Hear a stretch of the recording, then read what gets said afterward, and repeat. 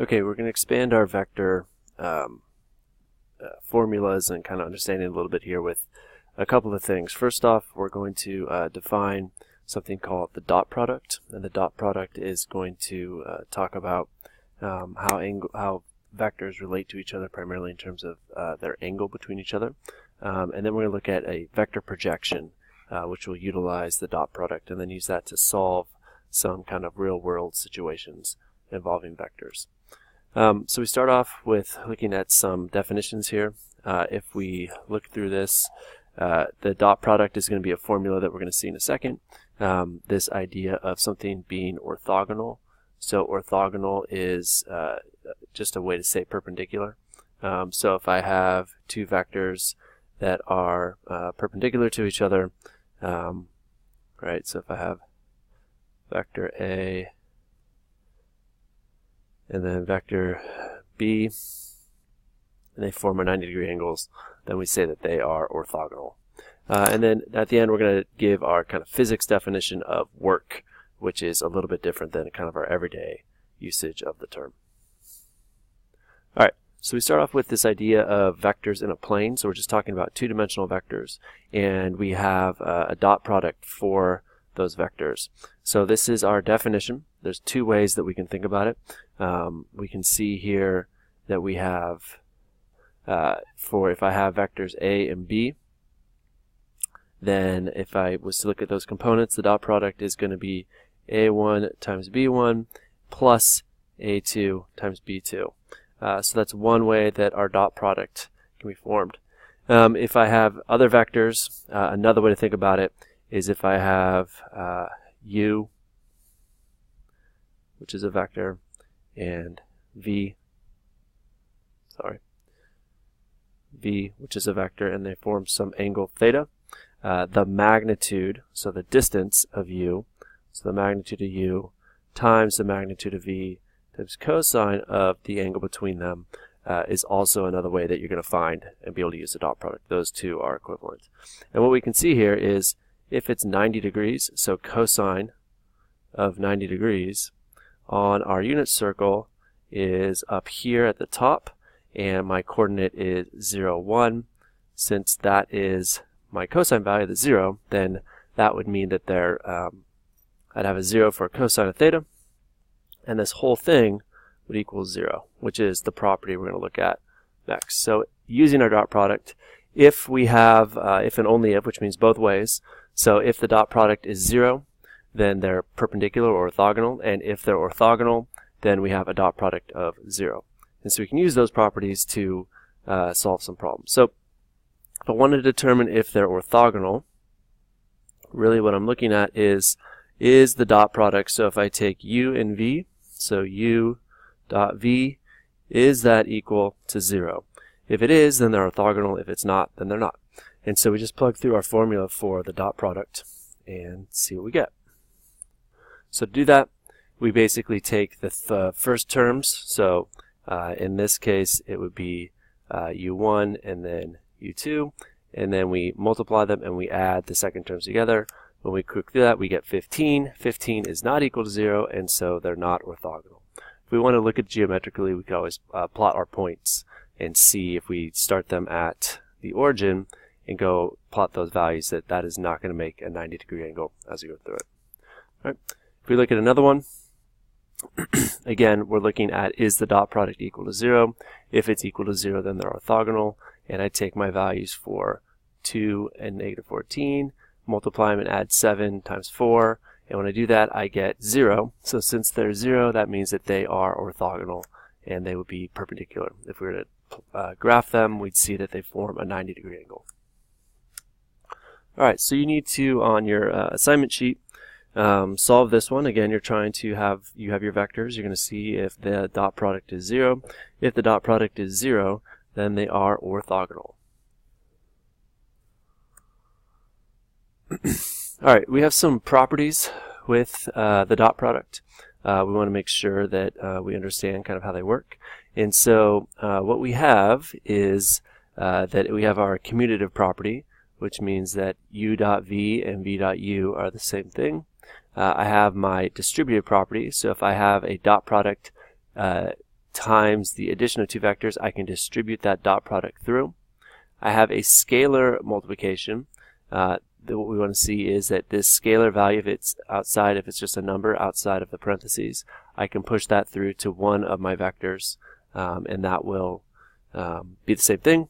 And then if I take the 0 vector dot u, that will give me 0. And then if I take u dot itself, that is just going to be u squared. And we can kind of see where that one comes from.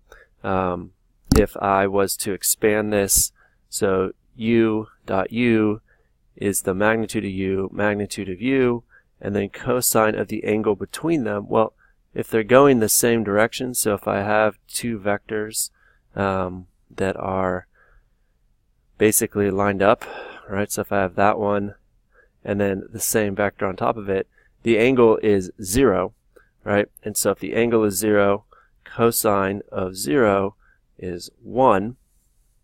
And so that whole piece basically drops out. And we're left with magnitude of u times magnitude of u, which is just u squared. All right. So those are the properties that we can utilize. They use them for some of the proofs to show different properties down the road. But we can just basically, some of the operations that we're used to will hold.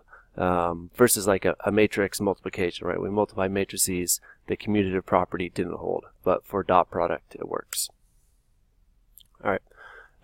So we're going to use the dot product to find a magnitude of our value. So I know that a dot a, right, is my value for the magnitude squared. And so basically I can figure out a dot a. So I'm just going to multiply 6 squared, all right, and then 5 squared, and then take the square root, and I'm going to get my value there. So that's, again, one way that you can do it. It's a little bit overkill. If you think about the magnitude, what this is actually showing us, so if we were to graph this vector, right, I'm going to go back 6, I'm going to go down 5, that is my vector. And if I just use the Pythagorean theorem, right, so this is what I'm looking for, this is my magnitude of A, it's just 5 squared plus 6 squared, which is what we got there.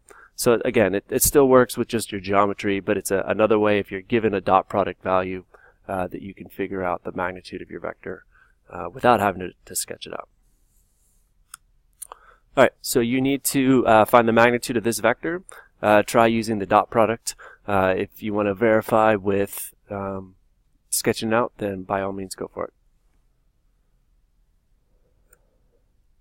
All right. We can use our property of the dot product. So basically, if we take our expression from before of a dot B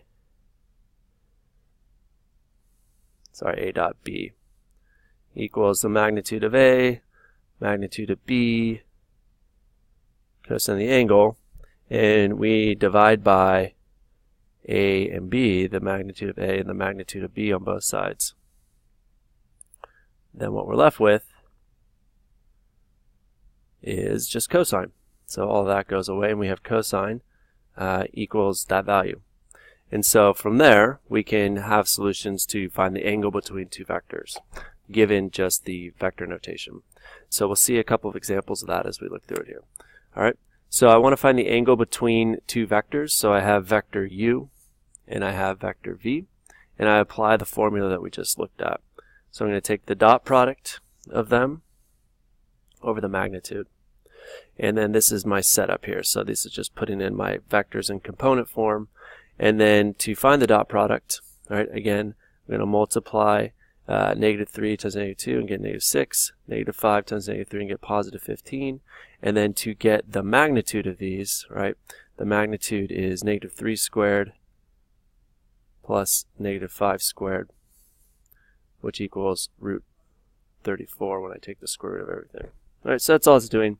I get down to a cosine value equals root 442, and then to get theta, right, theta is going to be cosine inverse of whatever that decimal value is. We plug it into our calculator and go from there.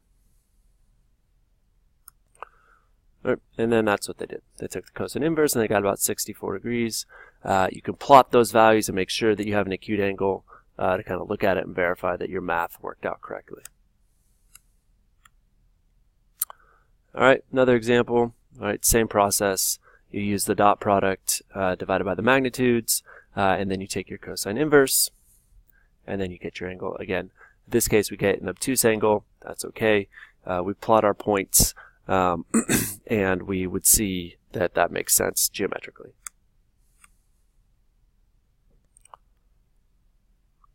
All right, this one is for you to solve. So you're going to, again, use the formula that we just looked at. For cosine of theta is the dot product divided by the magnitudes. Plug through it, take your cosine inverse, and then you will have your angle.